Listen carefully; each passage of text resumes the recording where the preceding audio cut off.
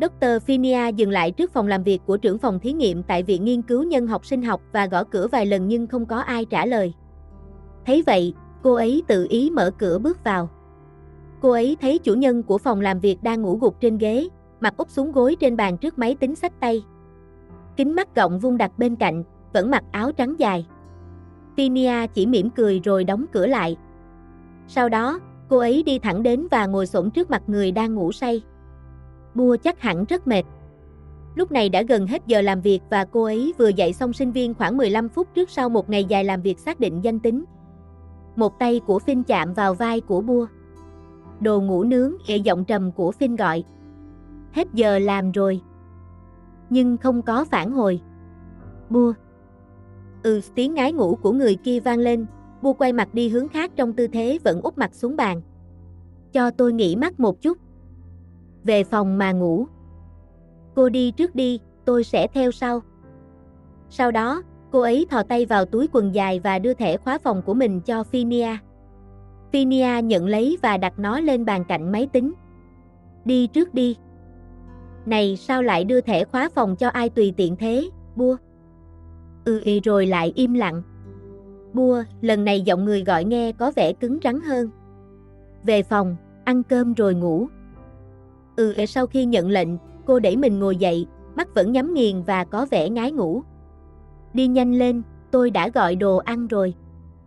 Tối nay cho tôi ngủ, Finn nói vừa ngẩng đầu nhìn người kia đứng dậy với ánh mắt van xin. Và ngày mai cho tôi đi nhờ xe nhé. Tôi đâu có bắt làm gì. Nghe vậy, Bua đứng dậy và vội vàng cởi áo khoác trắng dài một cách vụng về. Để tôi giúp. Phinia đề nghị giúp đỡ khi thấy người kia dụi mắt và phát ra tiếng ngái ngủ. Sau đó, cô ấy kéo áo ra phía sau và cởi ra, đặt lên lưng ghế. Rồi cô ấy dùng ngón tay vuốt những sợi tóc trên mặt Bua sang một bên và đeo kính lên mũi cô ấy. Đôi môi mỏng nhẹ nhàng đặt lên trán của Bua, người đang phát ra tiếng ậm trong cổ họng. Sau đó, Phinia rời ra ngay lập tức. Mệt không? Bua trả lời như thường lệ. Buồn ngủ hơn. Tôi thấy cô lúc nào cũng buồn ngủ. Gần đây có người làm tôi ngủ ít. Vậy tối nay chỉ ôm ngủ thôi, Finn nói. Ai muốn ôm cô? Bua hỏi với giọng ngái ngủ. Buồn ngủ rồi thích gây chuyện à? Cô muốn ôm tôi thì cứ nói. Tôi chưa bao giờ chỉ muốn ôm cô thôi, Bua. Tôi luôn muốn làm nhiều hơn thế. Nói xong, cô dựa vào người kia, đặt trán lên vai của người vừa giúp mình. Phinia, giọng của Bua nói với vai của Finn. Hử? Cảm ơn nhé. Dù nghe không rõ vì buồn ngủ, nhưng Phinia vẫn nghe rõ ràng. Dù cô ở đây với tư cách gì, tôi muốn cô biết rằng tôi thật sự cảm ơn. Điều đó khiến người nghe dùng cả hai tay ôm lấy Bua. Cô để tôi ở tư cách nào, tôi cũng chấp nhận, Bua, Phinia nói. Đi thôi, về phòng nào. Sáng mai tính tiếp. Bua, tiếng gọi của người bạn thân từ phía sau khiến chủ nhân của tên quay lại nhìn. Phan bước đến bên cạnh cô ở hành lang để đi đến phòng làm việc trên tầng 3. Bua đang cúi đầu đọc tài liệu nghiên cứu về cấu trúc hình thái của khỉ không đuôi, tay trái kẹp một hộp sọ giả của khỉ đột đang nhe răng. Sao vậy, bạn thân? Ồ, đồ chơi mới, Phan nói khi thấy thứ trên tay của Bua. Vừa mới gửi đến, Bua nói. Sáng nay có tiết dạy về cái này, sẽ mang cho sinh viên xem. Còn cô có chuyện gì? Sáng nay sao cô đi cùng Phinia? Câu hỏi đó khiến Bua khựng lại và quay sang nhìn bạn thân qua cặp kính vuông với khuôn mặt hơi tái. Cơn buồn ngủ vừa rồi biến mất ngay lập tức. Ai đi cùng Phinia? Cô hỏi lại, cố tỏ ra không biết gì. Tôi đang hỏi cô, sao lại hỏi ngược lại? Phan nói. Tôi thấy cô xuống từ xe của Phinia ở bãi đậu xe. Cuối cùng cũng bị phát hiện, dù đã cố đến sớm. Cô nhìn nhầm rồi, có thể năng có gì đó bám theo. Bua. Thế tại sao tôi không thể đi cùng Phinia? Câu hỏi đó khiến Phan nheo mắt nhìn cô. Tôi thấy dạo này hai người thân thiết lạ thường và nhìn nhau cũng lạ. Nhìn nhau lạ? Tiến sĩ Bua hỏi lại. Lạ thế nào? Giải thích đi. Tôi thấy Phinia hay nhìn cô. Cô ta có thể đang tìm cách đánh tôi cũng được. Bua biện minh một cách yếu ớt. Tôi nghĩ không phải vậy, bạn của Bua nhanh chóng nói. Ánh mắt của cô ta giống như muốn ăn tươi nuốt sống cô hơn. Ăn đầu. Ăn không phải là ăn đầu hay ăn cơm, Phan nói. Kiểu như nuốt chửng ấy. Đêm qua cô ngủ không đủ hay chưa ngủ? Nói xong, Bua làm động tác tháo kính và đưa cho người kia. Tuổi tác càng cao, ngày nào cũng ngồi đọc trình tự DNAATKG, mắt mờ rồi. Đây, cho mượn. Miệng lưỡi độc địa, bạn của Bua nói và đẩy tay cầm kính ra. Tôi cũng bằng tuổi cậu thôi, mà cô còn đeo kính đấy. Phan vẫn nheo mắt nhìn nghi ngờ. Cô có gì giấu tôi không? Có gì của cô nghĩa là gì? Đi làm cùng nhau. Cô nghĩ nhiều quá rồi. Phinia chỉ gặp tôi đang đi đến đây nên cho đi nhờ thôi. Giọng người nói cao lên một chút, có vẻ lúng túng. Cô chưa sẵn sàng để ai biết về mối quan hệ giữa cô và Phinia lúc này vì không chắc người kia nghĩ gì về mình. Nói rằng không rõ ràng thì không thể nói vậy được. Gọi là cô chưa chắc chắn lắm về hướng đi của mối quan hệ này thì đúng hơn. Nếu quá vội vàng, có thể sẽ bị bẽ mặt. Nhưng nếu là Phinia trước đây thì đã đạp chân cô rồi, nữ tiến sĩ tương lai nói như hiểu rõ. Thân thiết từ khi nào vậy? Ai thân thiết? Phan. Người mà cả hai đang nói đến hét lên từ phía sau. Sau đó, Phinia bước đến chỗ hai người. Tiền gửi mẫu đi kiểm tra ở phòng thí nghiệm Nhật Bản đã được giáo sư phê duyệt rồi nhé. Tôi sẽ gửi tài liệu qua email. Ôi, cuối cùng cũng xong. Sắp tốt nghiệp muộn vì tiền không có đây. Gửi đi rồi chờ kết quả cũng mất cả tháng, Phan vui mừng nói rồi nhìn hai người bạn cùng khóa. Rốt cuộc, hai người không có gì với nhau thật chứ? Có gì?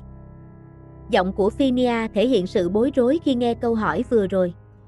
Có gì của cô nghĩa là gì? Không có gì. Bua đáp lại với giọng cao đầy nghi ngờ. Đã nói là không có gì thì không có gì. Sau đó cô nhấn mạnh. Chỉ là hôm nay, Dr. Phinia tốt bụng cho mình đi nhờ xe thôi. Đời này tôi được thấy hai người thân thiết với nhau, dù không có con tôi cũng chết không tiếc, Phan nói và đặt tay lên ngực thể hiện sự nhẹ nhõm. Ai? Bua nói và ngước nhìn Phinia vẫn đang cố hiểu cuộc trò chuyện trước mặt. Không có gì đâu. Tôi không thân thiết. Tôi xin phép trước, có hộp sọ khỉ đột cần ôn lại trước khi dậy. Sau đó, cô nhanh chóng rời khỏi khu vực đó. Có chuyện gì vậy? Lần này là Phinia hỏi Phan. Tôi nói với Bua rằng sáng nay tôi thấy hai người đi cùng nhau. Cô thấy? Phan gật đầu. Đúng, thấy ở bãi đậu xe trước tòa nhà. Rồi sao? Phinia hỏi tiếp. Nên tôi muốn biết hai người có gì mà không nói với tôi không? Vậy Bua nói sao? Cô ấy nói không có. Vậy thì không có.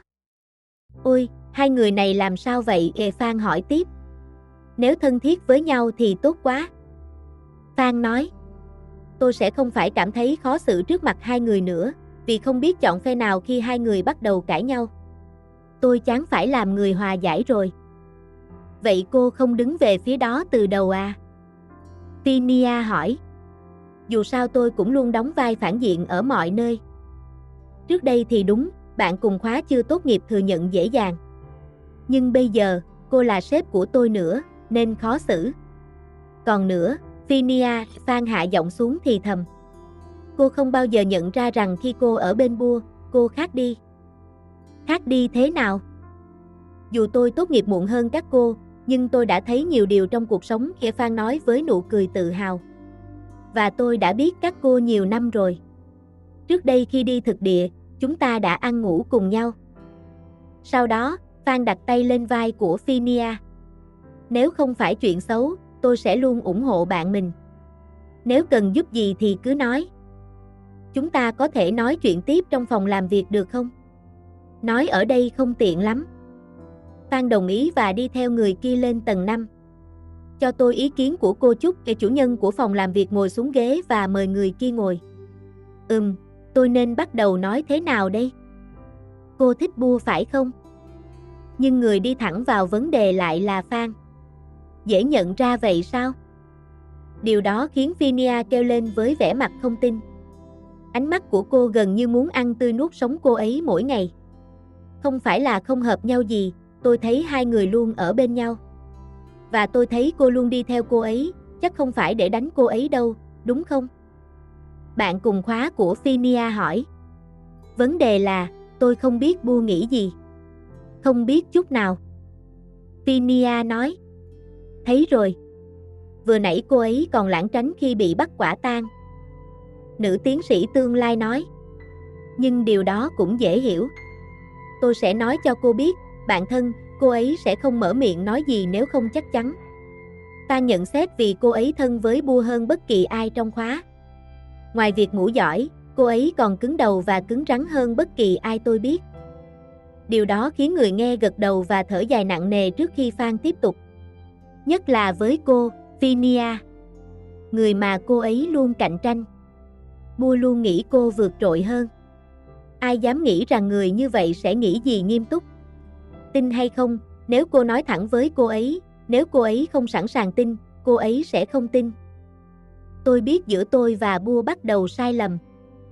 Phinia nói với giọng không chắc chắn và lo lắng. Hai người tranh giành sự ưu ái, ai cũng biết. Người nghe gật đầu khi nghe.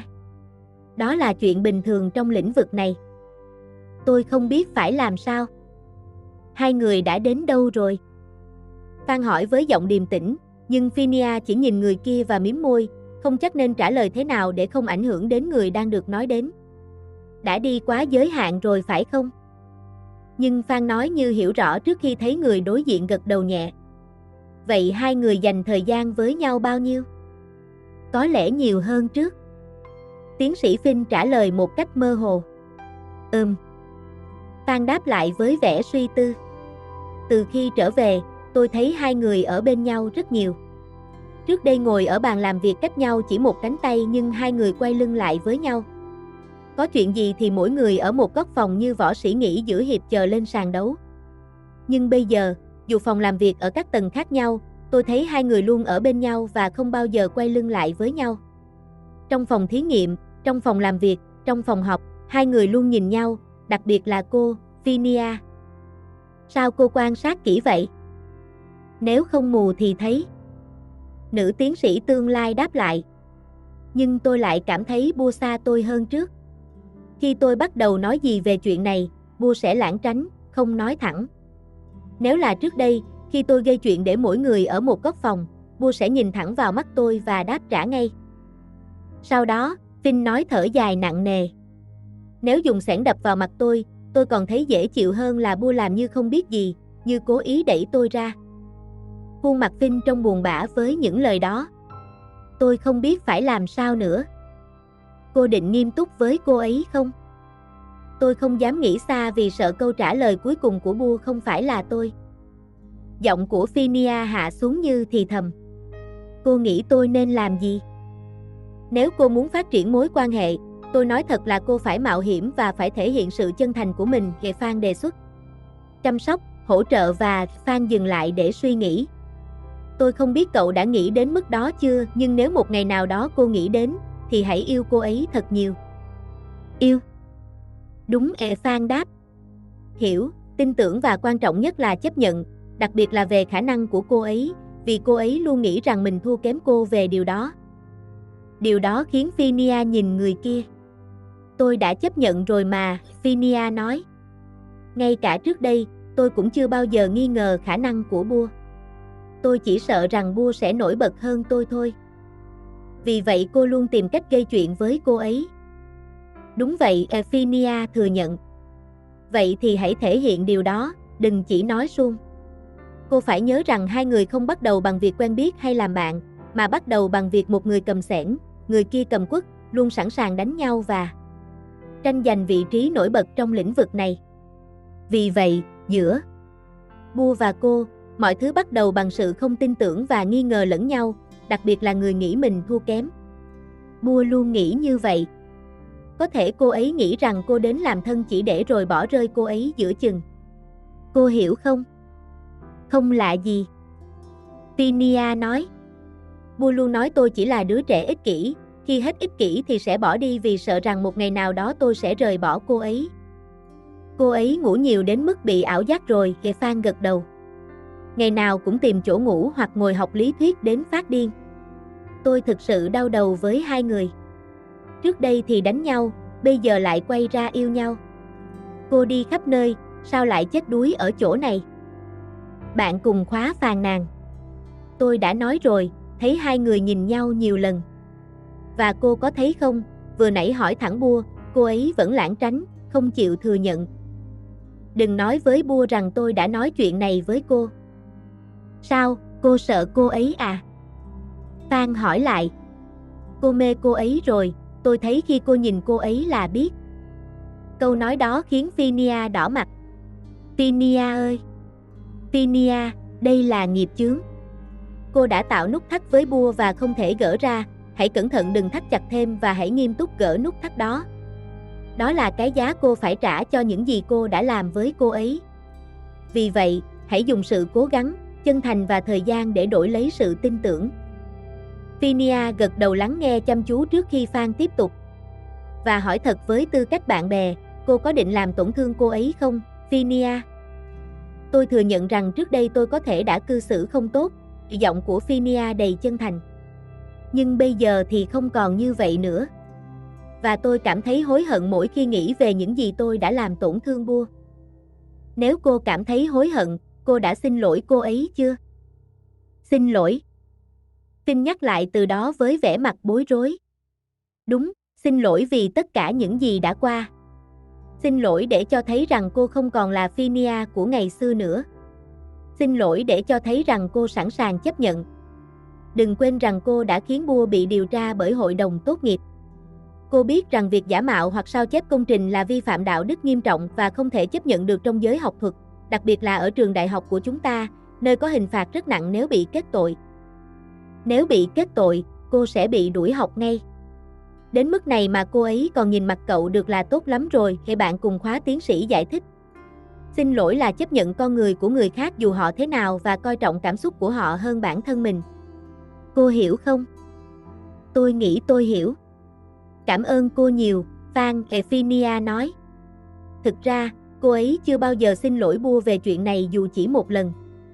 Sao cô lại quay về với cô ấy? Cô đã đi nhiều nơi rồi mà, câu hỏi đó khiến người nghe bật cười nhẹ. Ở nước ngoài không có ai hợp ý cô à? Không biết nữa, không hợp ý, nữ tiến sĩ chỉ nhún vai. Tiếng Anh của tôi không giỏi lắm. Vậy mà cô lại thích Bua, người ngày nào cũng chỉ ngủ. Ôi, nếu giáo sư biết chắc sẽ vui mừng lắm. Hai người là học trò cưng của giáo sư, tôi nói thật đấy, Phan kể một cách hào hứng. Có gì chỉ cần nói, giáo sư sẽ lo liệu. Đừng làm giáo sư và chúng tôi thất vọng nhé. Cô nói quá rồi, giáo sư chăm sóc tất cả học trò mà, Phinia nói. Phải có người mà giáo sư đặt kỳ vọng để tiếp nối công việc, đó là chuyện bình thường, Phan nói. Và giáo sư đã chọn đúng người. Như tôi cũng không biết sau khi tốt nghiệp có chắc chắn theo con đường này không. Đôi khi tôi cảm thấy đủ rồi vì đã ở trong lĩnh vực này quá lâu, muốn làm gì khác. Đừng bỏ chúng tôi chứ, cô giỏi nhất về sinh học nhân chủng mà.